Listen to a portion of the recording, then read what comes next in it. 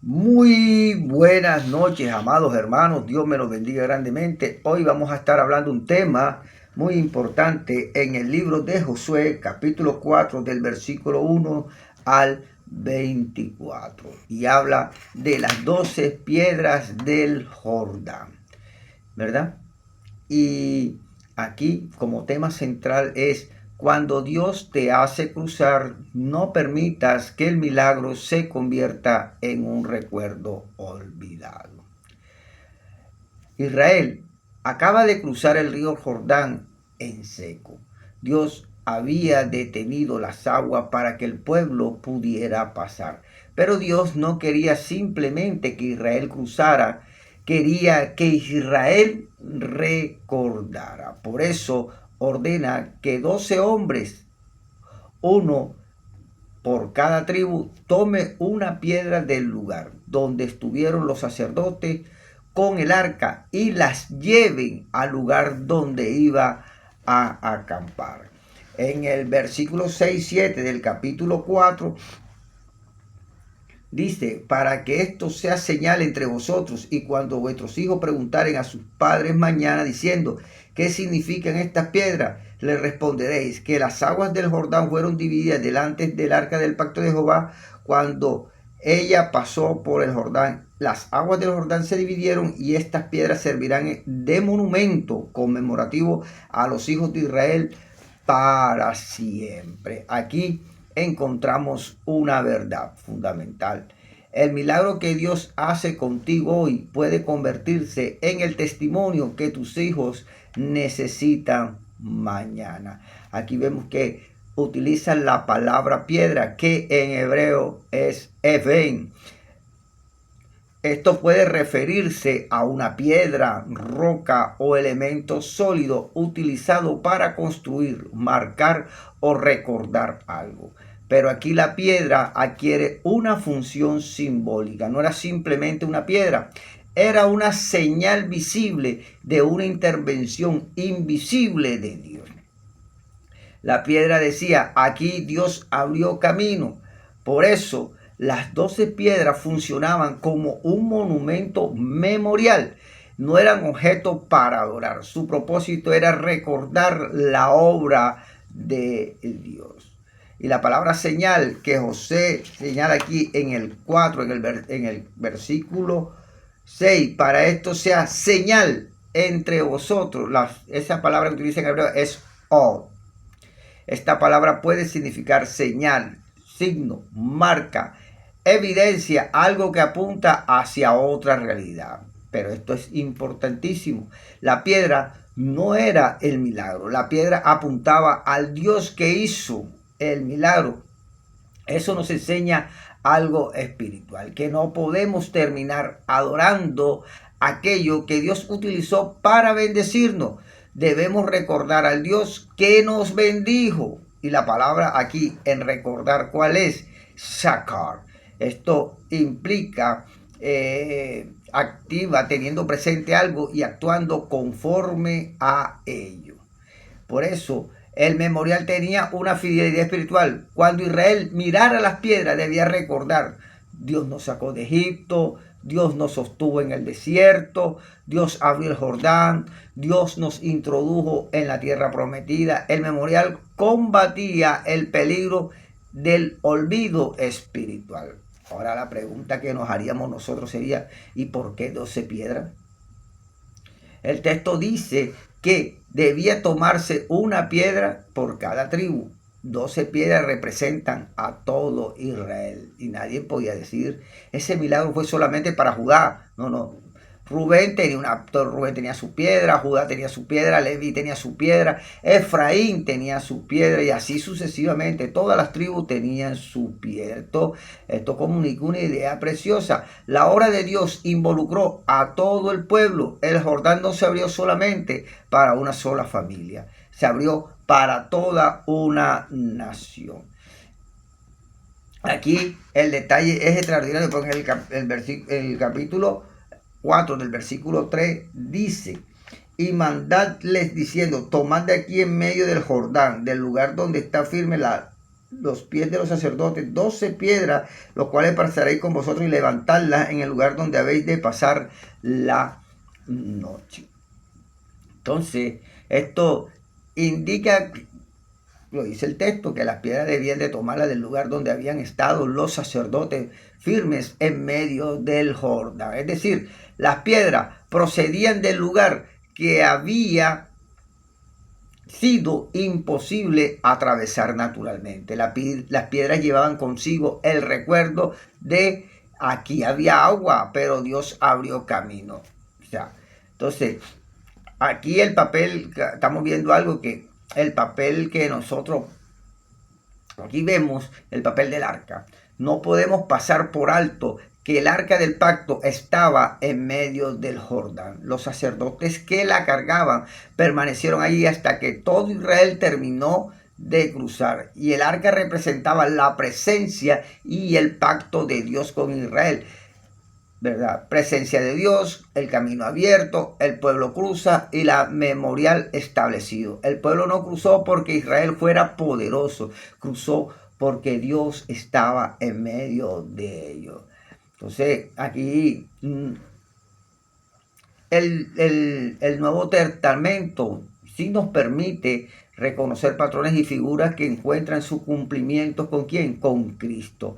El cruce del Jordán puede contemplarse tipológicamente como una imagen de Dios abriendo el camino hacia una nueva etapa de vida y cumplimiento de sus promesas. Dios cumplió su promesa a Israel y abrió el camino hacia la tierra prometida. En Cristo, ¿qué pasa? ¿Qué sucede? Que en Cristo nosotros encontramos un cumplimiento mucho mayor. Cristo es quien nos lleva de la muerte a la vida, porque Jesús mismo lo dice en Juan 11:25, y yo soy la resurrección y la vida. Por eso Pablo declara, de modo que si alguno está en Cristo, nueva criatura es. Ese es en 2 Corintios, capítulo 5, los versículos 16. Por eso podemos hacer algo aquí. Israel atravesó el Jordán para entrar en la tierra prometida. En Cristo nosotros pasamos de la esclavitud del pecado a una nueva vida, ¿verdad? Pero hay una diferencia fundamental. ¿Y cuál es? Que José condujo a Israel a Canaán. Aquí Jesús nos conduce a la salvación y a la vida eterna. Mire, aquí hay una conexión muy hermosa con el nombre de Josué, que en hebreo es Yehoshua, relacionado con el significado de Yahvé, salva. El nombre griego corresponde es Jesús, de donde viene Jesús. O sea, en Mateo 1:22 dice, y llamará su nombre Jesús, porque él salvará a su pueblo de sus pecados.